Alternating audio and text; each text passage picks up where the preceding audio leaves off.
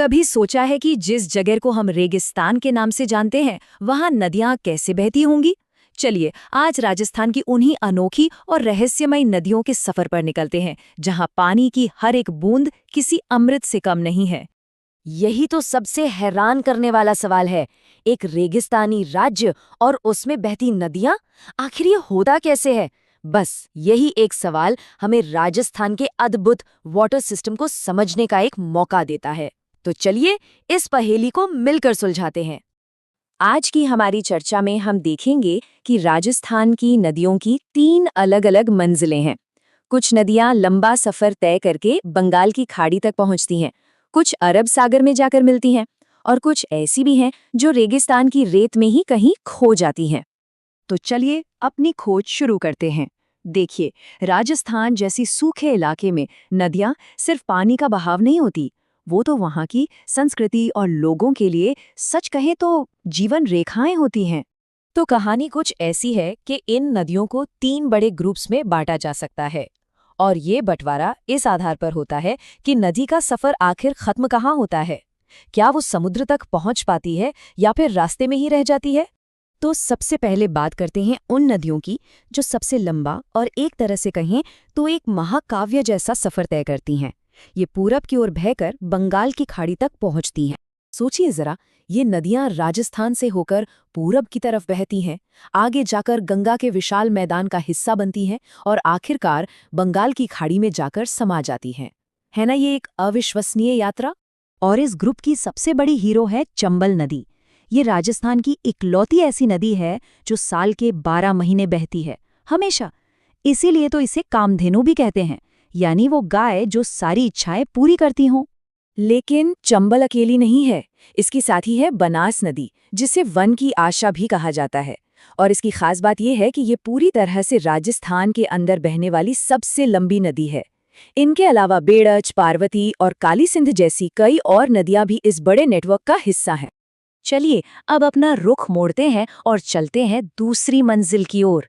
देखते हैं कि जो नदियां पश्चिम की ओर बहती हैं, उनकी कहानी क्या है। इन नदियों की मंजिल है भारत के पश्चिमी तट पर मौजूद अरब सागर। इनका रास्ता, इनका भूगोल पहले वाली नदियों से एकदम अलग है। इस ग्रुप की सबसे बड़ी और सबसे जरूरी नदी है लूनी। इसे मरु गंगा भी कहते हैं, यानी रेगिस्तान की गंगा। ये अजमेर के नाग पहाड़ से निकलती है और पश्चिमी राजस्थान के सूखे इलाकों के लिए किसी वरदान से कम नहीं है। लूनी की कई सहायक नदियां हैं, पर इनमें से जोजड़ी बहुत खास है। क्यों?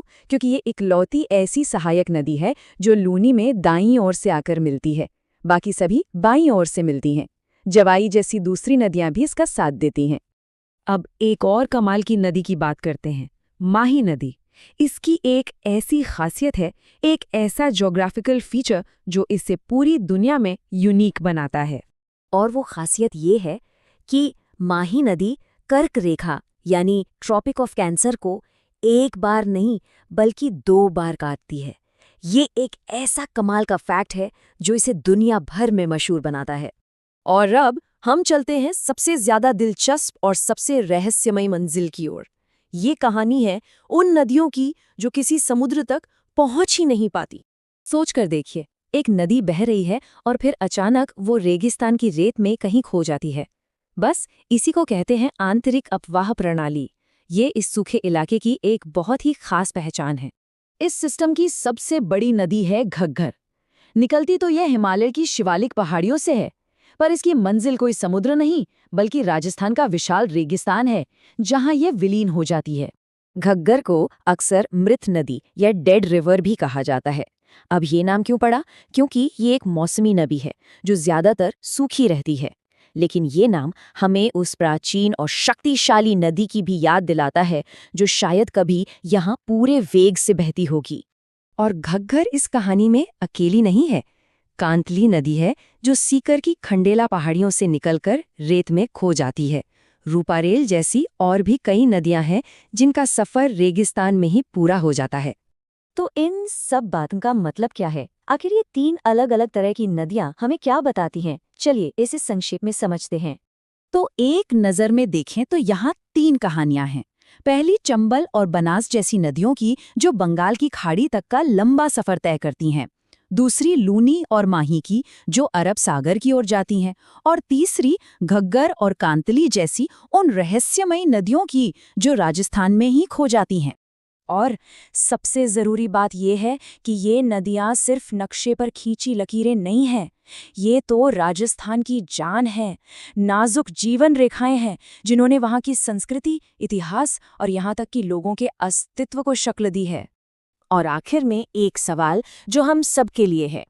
आज जब क्लाइमेट बदल रहा है, दुनिया गर्म हो रही है, तो राजस्थान की इन अनमोल जीवन रेखाओं का भविष्य क्या होगा? ये एक ऐसा सवाल है जिसका जवाब हम सबको मिलकर सोचना होगा।